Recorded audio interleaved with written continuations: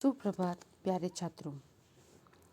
व्याकरण की हमारी इस कक्षा में आज हम व्यंजन संधि के बारे में पढ़ेंगे। इससे पहले वाली कक्षा में हमने स्वर संधि पढ़ा और मुझे उम्मीद है कि आप लोगों को स्वर संधि अच्छे से समझ में आ गई होगी।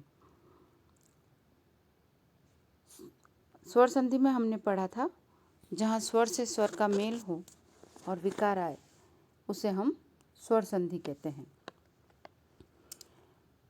संधि का दूसरा भेद है व्यंजन संधि। व्यंजन संधि अर्थात निश्चित है कि जहाँ वर्णों का मेल हो रहा है वहाँ पर व्यंजन अनिवार्य रूप से होगा।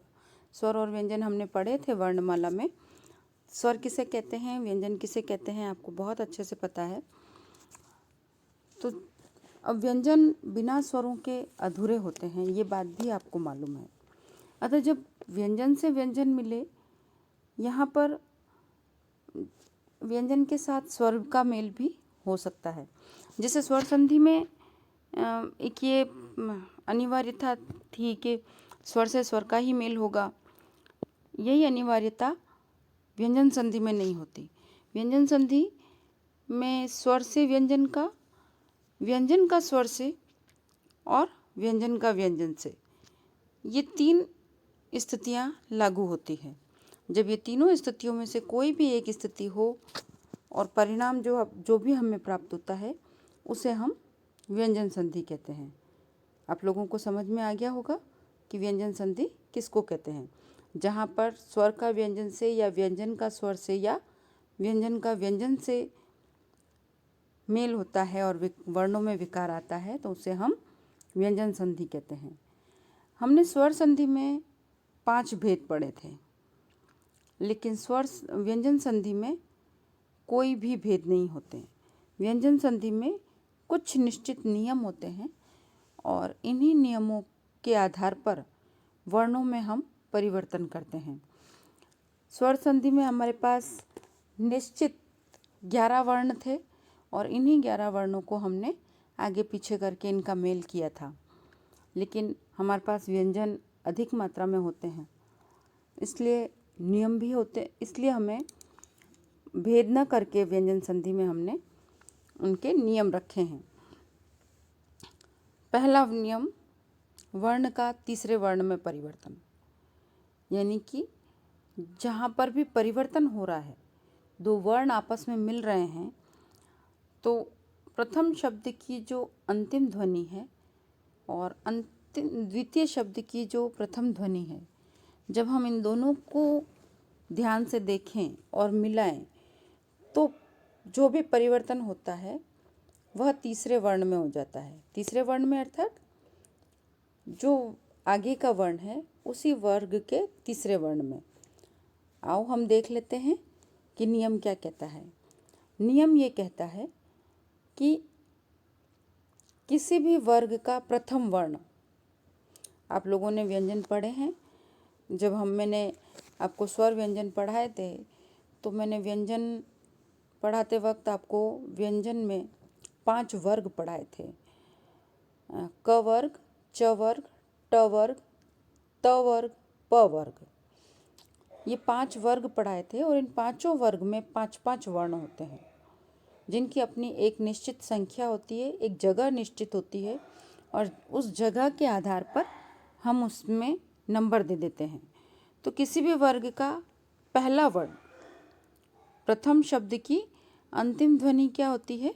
किसी भी वर्ग का पहला वर्ण अर्थात क, च, ट, त और प, ये 5 वर्ण अगर प्रथम शब्द की अंतिम ध्वनि है और उसके बाद यानी द्वितीय शब्द की प्रथम ध्वनि किसी भी वर्ग के तीसरे चौथे वर्ण हैं, किसी भी वर्ग के, यानी 5 वर्ग हैं और 5 वर्ग के तीसरे नंबर और चौथे नंबर पर जो भी वर्ण हैं, यानी 10 वर्ण, कोई भी स्वर हो, अगर ये किसी भी वर्ग के तीसरा और चौथा वर्ण नहीं है तो द्वितीय शब्द की प्रथम ध्वनि कोई भी स्वर के रूप में हो। अगर ये भी नहीं हो तो तीसरी स्थिति होती है अंतस्थ व्यंजन। अंतस्थ व्यंजन आपको समझ में आता है, यह र ल व और अगर ये भी नहीं है और ह है, यानी 4 स्थितियाँ हों, या तो किसी भी वर्ग का तीसरा चौथा व्यंजन हो, अगर ये नहीं तो कोई भी स्वर हो, कोई भी स्वर नहीं तो अंतस्थ व्यंजन हो, और अंतस्थ व्यंजन न हो तो ह हो, तो परिवर्तन वर्ग का जो पहला वर्ण है, पहले शब्द की अंतिम ध्वनि, उसी वर्ग का तीसरा वर्ण में परिवर्तन होगा। जैसे मैंने एक उदाहरण लिया है, वाकदान। प्रथम शब्द की अंतिम ध्वनि क है और पीछे आ रहा है दान, यानी कि द आपको पता है, त वर्ग का चौथा वर्ण है। तो जो क का परिवर्तन है, तो क वर्ग का ही तीसरा वर्ण, क का परिवर्तन किस में हो जाएगा? क वर्ग के ही तीसरे वर्ण में। और क वर्ग का तीसरा वर्ण कौन सा होता है? ग, ग गमले वाला। तो हमारा शब्द क्या बनेगा? वागदान। वाकदान नहीं बना, यहाँ पर वागदान बना। इसी तरीके से एक स्वर का उदाहरण है हमारे पास। प्रथम शब्द की अंतिम ध्वनि त वर्ग का पहला वर्ण यानी त है, और पीछे ईश आ रहा है, ई स्वर है। तो हमारा शब्द क्या बन रहा है? जगदीश। त की जगह हमने क्या लगाया है? द लगा दिया है। द क्यों लगा दिया? क्योंकि त वर्ग का तृतीय वर्ण कौन सा हो गया? द। इसी तरीके से क वर्ग का तीसरा वर्ण कौन सा है? ग।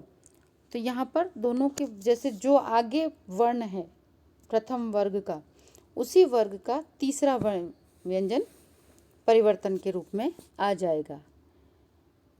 अब हमारा दूसरा नियम ये कहता है कि वर्ण का पांचवें वर्ण में परिवर्तन।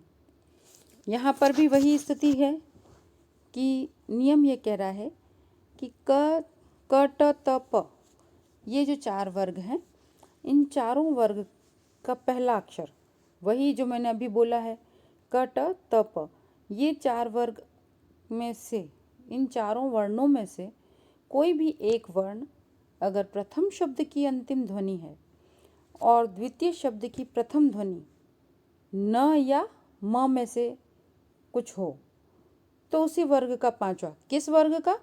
उसी वर्ग का पांचवा वर्ण हो जाता है। किस वर्ग का? जिस वर्ग का शब्द प्रथम शब्द की अंतिम ध्वनि है। ठीक है। अगर क है तो क की अंतिम ध्वनि अंग होती है। ट है तो उसकी अंतिम ध्वनि पांचवा वर्ण कौन सा होता है?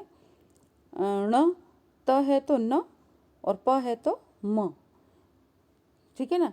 मतलब उसी वर्ग का, मतलब जो वर्ग आगे दिया हुआ है, प्रथम शब्द की अंतिम ध्वनि जो है, उस वर्ग का पांचवा वर्ण में परिवर्तन हो जाता है।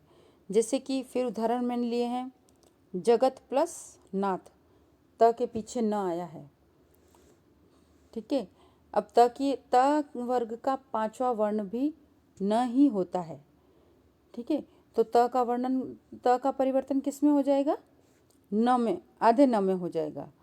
ठीक है। इसी प्रकार वाकमय, जगन्नाथ यानी हमारे प्रभु जग के जो नाथ हैं, वाकमय, वाक प्लस मय, तो वाक का पांचवा वर्ण अंग आता है। ठीक है। तो क का परिवर्तन किस में हो गया? अंग में, वांगमय हो गया। वांगमय यानी वाणीमय। समझ में आ गया होगा आप लोगों को। इसी प्रकार हम तीसरा नियम पर आते हैं, त संबंधी कुछ विशेष नियम। अब त संबंधी नियम कुछ विशेष ही होते हैं और कुछ ज़्यादा ही नियम त के ऊपर बने हुए हैं। सबसे पहले, अगर त के बाद प्रथम शब्द की अंतिम ध्वनि त है और द्वितीय शब्द की प्रथम ध्वनि च या छ हो, अगर इस तरीके से कुछ आता है कि द्वितीय शब्द की प्रथम ध्वनि च या छ में से कुछ हो, तो उसका परिवर्तन च में हो जाता है। किसका? त का परिवर्तन च में हो जाता है। जैसे सत प्लस चरित्र, सच्चरित्र। हम कभी भी सत चरित्र नहीं बोलते, सच्चरित्र बोलते हैं। लेकिन इसका संधि विच्छेद क्या है? सत प्लस चरित्र। यहाँ पर प्रथम शब्द की अंतिम ध्वनि त है और द्वितीय शब्द की प्रथम ध्वनि क्या है? च है। इसी प्रकार से उत्प्लस चारण, यानी त, प्रथम शब्द की अंतिम ध्वनि त हो ही रही है और द्वितीय शब्द की प्रथम ध्वनि च हो रही है, तो हमारा वर्ड शब्द क्या बनता है? उच्चारण। त का दूसरा नियम ये कहता है कि यदि प्रथम शब्द की अंतिम ध्वनि त है और द्वितीय शब्द की ध्वनि ट है, ट टमाटर वाला, अगर ऐसी स्थिति आती है तो त का परिवर्तन किस में हो जाता है? ट में हो जाता है। ठीक है ना, यानी कि जो ट आया है वो तो एज इट इज रहेगा, लेकिन त का परिवर्तन ट में हो जाएगा। ठीक है, जैसे तत् प्लस टिका, तट्टिका, किनारा किसी चीज का। बृहद प्लस टिका, बृहट्टिका। ठीक है ना। तीसरा नियम हमारा ये कहता है त संबंधी कि अगर त के बाद ल आ जाए, किसी शब्द की प्रथम ध्वनि अंतिम ध्वनि त है और द्वितीय शब्द की ल है, तो त का परिवर्तन ल में हो जाता है, यानी त के बाद ल हो जाता है। जैसे उत प्लस लास, उल्लास, तत् प्लस लीन, तल्लीन, उत प्लस लेख, उल्लेख।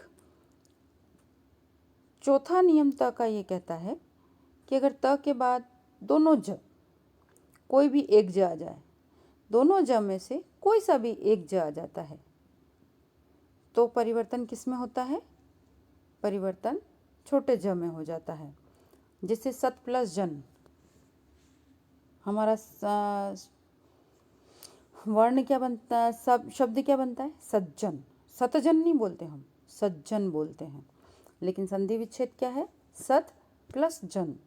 उत प्लस ज्वल, आप में से ज़्यादातर बच्चे उज्ज्वल गलत लिखते होंगे। उ आधा ज और फिर पूरा ज करके वल कर देते हैं, उज्ज्वल, लेकिन वो ऐसा नहीं होता है। यहाँ पर हमारी संधि है, क्योंकि प्रथम शब्द की अंतिम ध्वनि त आधा है और त के पीछे जो ज आ रहा है वह भी आधा है, तो दो आधे स्वर मिलकर कभी पूरे दो आधे व्यंजन मिलकर कभी भी पूरे व्यंजन नहीं बनते हैं। तो यहाँ पर क्या होता है कि उज्ज्वल में दो बार ज आ रहा है, लेकिन दोनों बार ज आधे आधे हैं। एक ज्वल में तो वैसे ही ज आधा होता है और इधर त आधा है और उसका परिवर्तन ज में हो रहा है, इसलिए वो भी आधा ही होने वाला है। तो आगे से आप ध्यान रखिएगा कि उज्ज्वल में दोनों ज आधे आते हैं और वहाँ पर व्यंजन संधि है। उसके बाद पांचवा त संबंधी नियम हमारा है, यदि त के बाद ड या ढ आ जाए, ठीक है ना। अगर ऐसा होता है, अगर प्रथम शब्द की अंतिम ध्वनि त है और द्वितीय शब्द की प्रथम ध्वनि ड या ढ है, तो परिवर्तन ड में हो जाएगा। जैसे उड्डयन, उत प्लस डयन, उड्डयन। उड्डयन आप समझ में आता है, उड्डयन विभाग यानी हवाई विभाग के बारे में बात जब भी हम करते हैं तो उड्डयन विभाग ही लिखाता है। तो उत प्लस डयन, उड्डयन। उसके बाद हमारा छठा नियम ये कहता है, यहाँ तक तो हमने जो त के नियम पढ़े हैं वहाँ पर परिवर्तन एक एक व्यंजन में ही आ रहा था, लेकिन अब जो हम त संबंधी नियम पढ़ने जा रहे हैं वहाँ पर परिवर्तन थोड़ा अलग है। त के बाद अगर ह आता है, यानी प्रथम शब्द की अंतिम ध्वनि त है और द्वितीय शब्द की प्रथम ध्वनि ह है, तो परिवर्तन त और ह दोनों जगह होंगे। अभी तक हम जो परिवर्तन पढ़ रहे थे वो परिवर्तन सिर्फ और सिर्फ त पे हो रहा था, लेकिन अब हमारे परिवर्तन त और ह दोनों पे होंगे, यानी जो दोनों वर्ण मिल रहे हैं उन दोनों ही वर्ण पर परिवर्तन होगा। यानी त का परिवर्तन किस में हो जाएगा? द में, और ह का परिवर्तन हो जाएगा ध में। ऐसे आपने बहुत सारे शब्द पढ़े होंगे, जैसे कि उद्धार आपने पढ़ा, उद्धार आपने पढ़ा, उद्धार का संधि विच्छेद होता है उत प्लस हार, उत प्लस हार यानी उद्धार।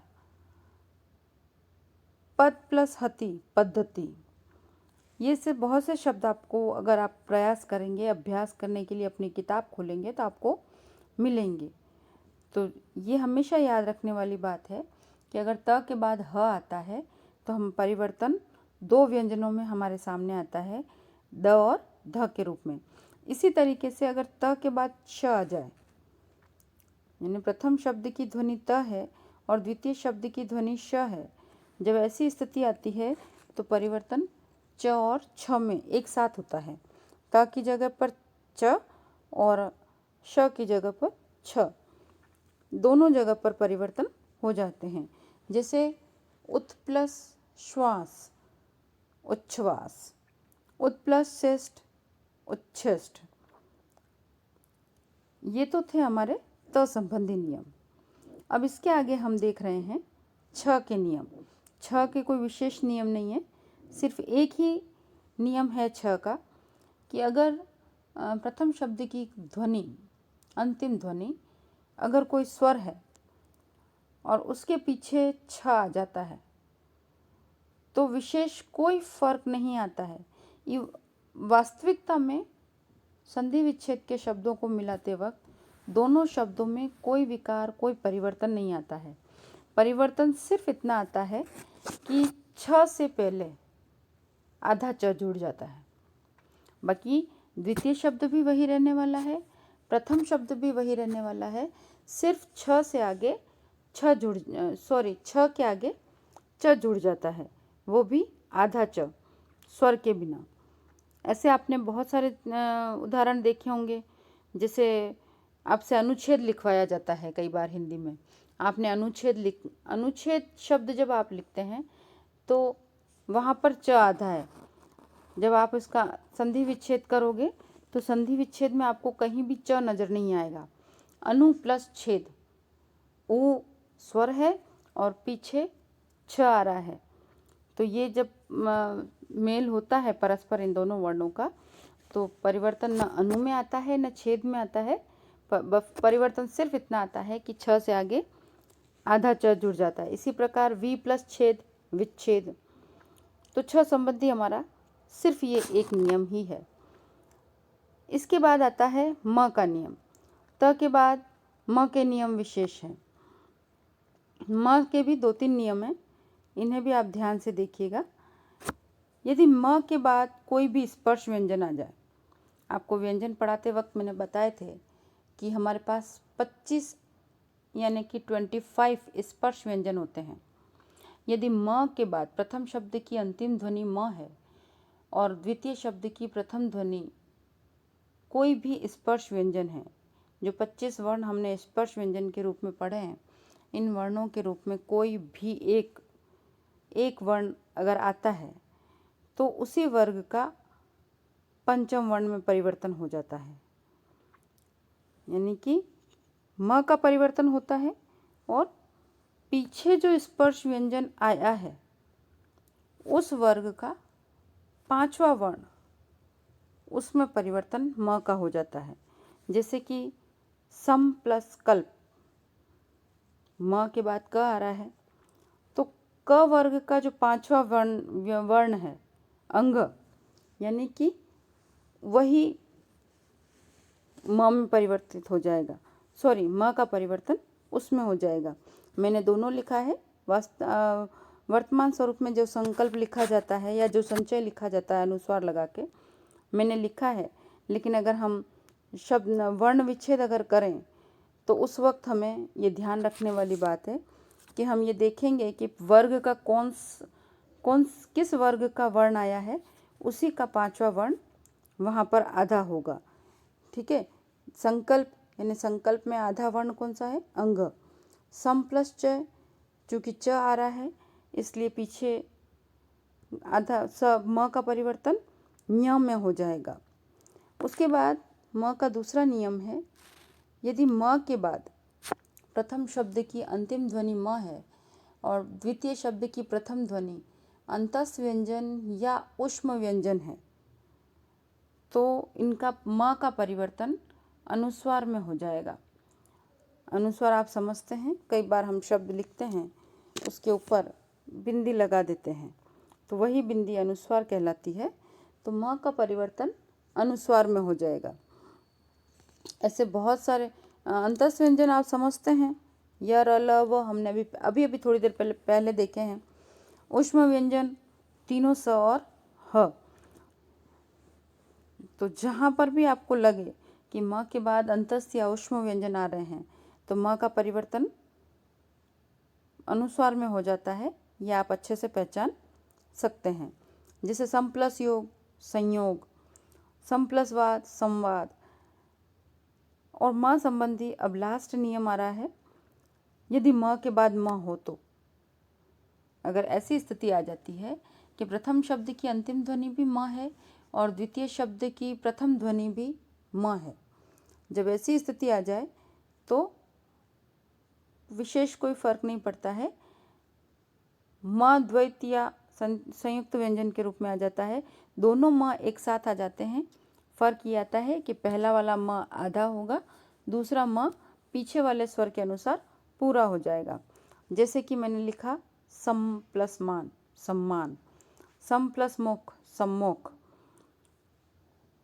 ये थे हमारे म संबंधी नियम। अब इसके बाद जो नियम आते हैं वो है न संबंधी। न संबंधी भी नियम कुछ विशेष नहीं, एक ही है, और वो ये है कि यदि प्रथम शब्द की अंतिम ध्वनि अगर री, र या श हो, इन तीनों वर्णों में से कोई भी एक वर्ण प्रथम शब्द की अंतिम ध्वनि है और इसके बाद यदि न आ जाए, यानी कि न द्वितीय शब्द की प्रथम ध्वनि के रूप में हो, तो न का परिवर्तन ण में हो जाता है।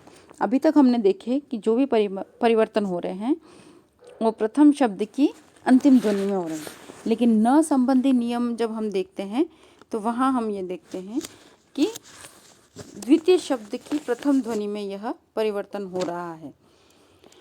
जैसे परि प्लस नाम परिणाम। उसके बाद आता है स संबंधी नियम। आपको यहाँ पर कुछ स्पेशल दिख रहा होगा, मैंने ब्लॉक बनाया है और ब्लॉक में आ को लिखकर मैंने क्रॉस किया है।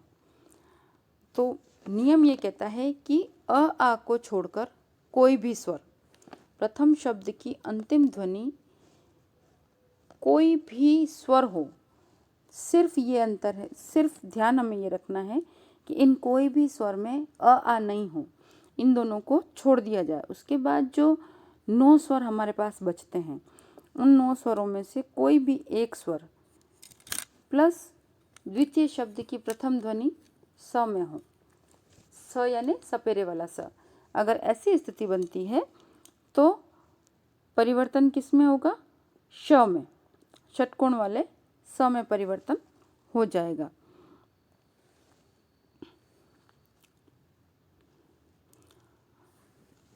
यकीन हो मुझे समझ में आता है, ऐसा विश्वास हो रहा है कि आपको ये चीज़ भी समझ में आ गई होगी। सीधी सी बात है, आ को छोड़ो और बाकी के कोई भी स्वर प्रथम शब्द की अंतिम ध्वनि हो और द्वितीय शब्द की प्रथम ध्वनि स हो तो परिवर्तन श में हो जाएगा। जैसे अभि प्लस एक अभिषेक, वी प्लस सम विषम। ये थी हमारी व्यंजन संधि। मुझे उम्मीद है कि व्यंजन संधि आपको समझ में आ गई होगी। अगली कक्षा में हम अपनी विसर्ग संधि पढ़ेंगे। इसी के साथ आज की कक्षा समाप्त। धन्यवाद।